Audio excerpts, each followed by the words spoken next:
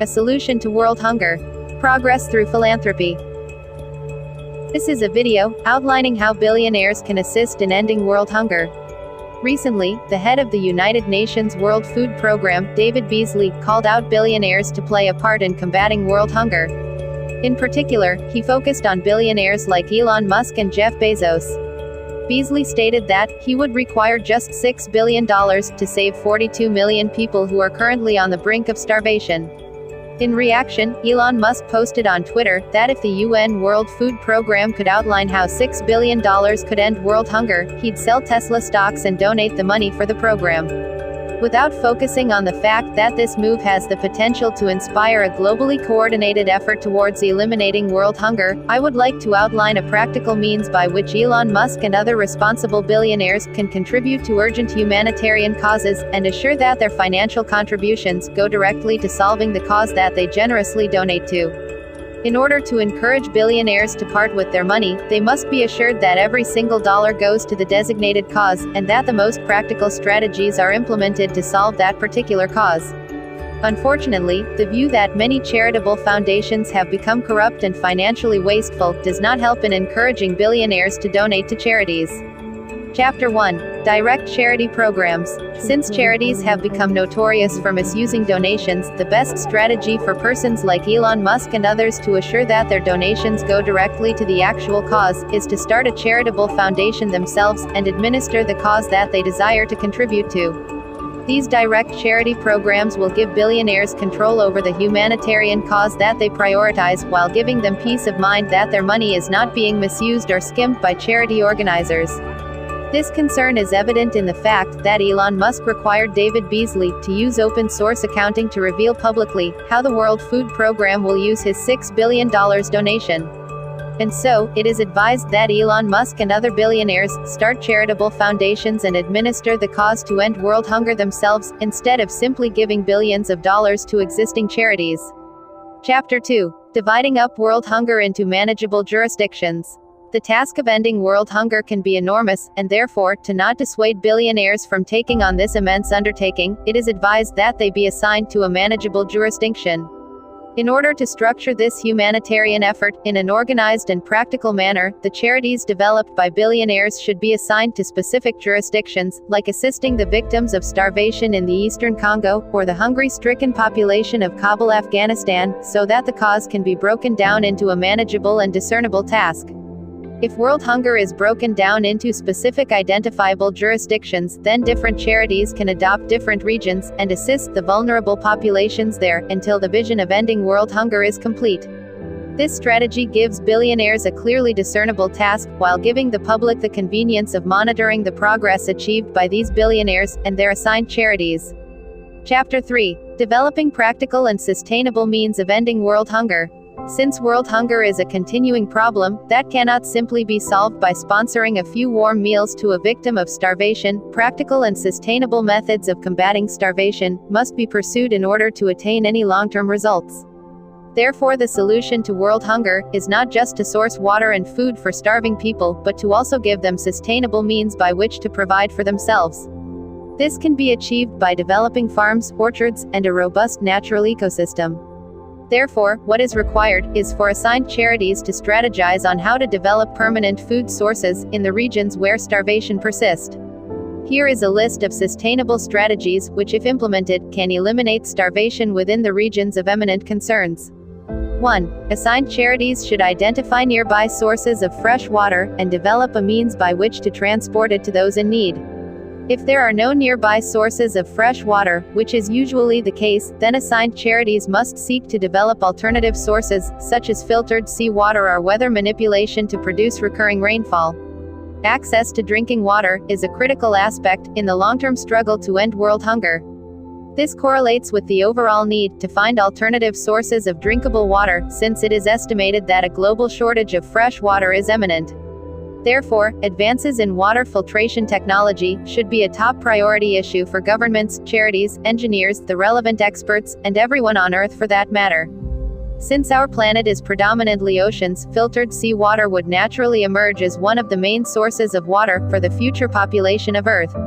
2. Charities should develop massive farms and grow fruits and vegetables that are compatible to the particular region.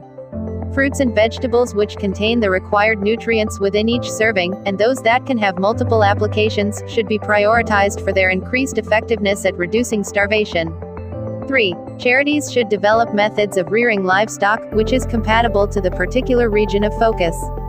Cattle are generally recommended, due to its huge quantity of meat when butchered, along with being a source of milk, and requiring only a food source of simple vegetation and water for sustenance.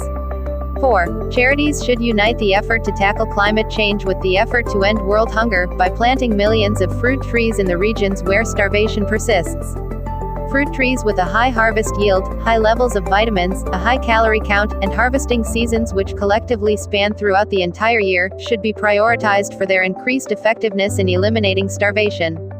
Additionally, charities should also seek to stimulate a robust natural ecosystem in these regions where starvation is predominant.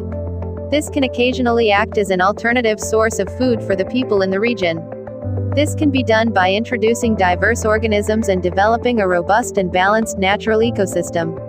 Additionally, rehabilitating the population of marine life should be pursued for coastal areas and fishing villages, where the population experience food shortages due to overfishing.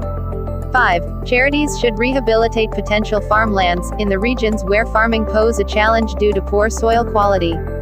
The farming methods employed by Saudi Arabia, for example, can be used to rehabilitate many deserted areas into arable farmlands.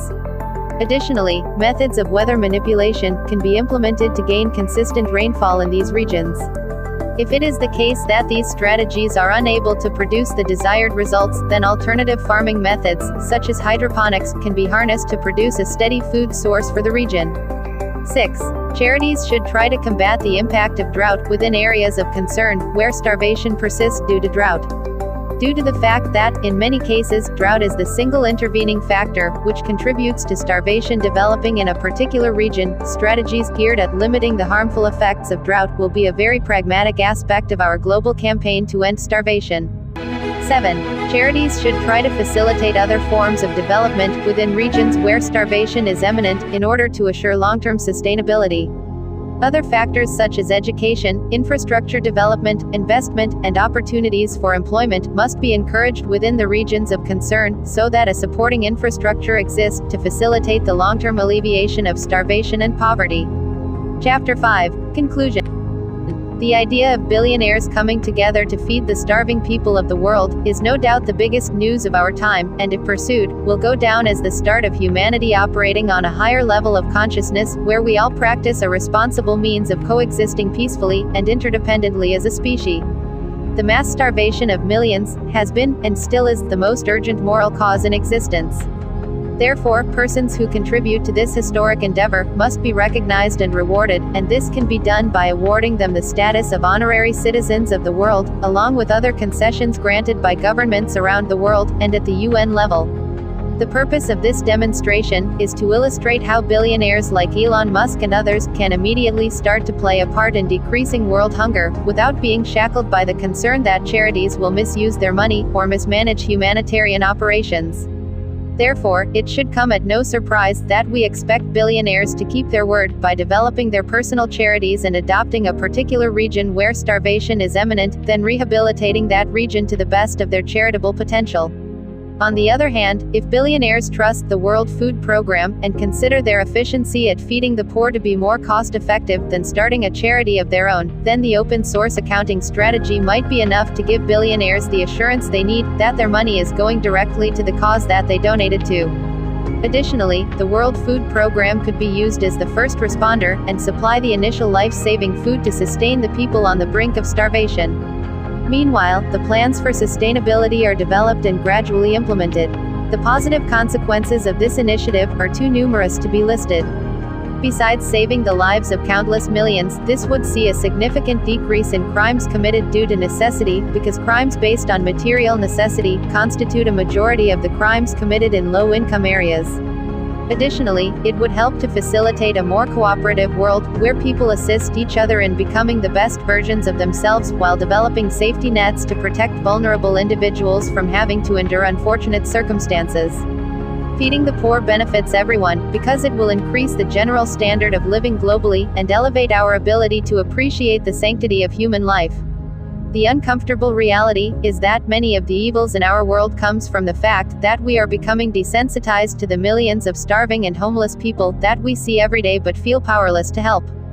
To ignore the plea of a homeless man, and to neglect the news report of millions of people starving in Ethiopia or Myanmar, requires a level of moral indifference that also facilitates the heartlessness of a selfish businessman, a corrupt politician, or a murderous military commander. Therefore, to provide a means by which we can come together and solve world hunger, would go a far way in redeeming our moral shortcomings, and allow us to overcome our moral inhibitions and be open to practicing compassion.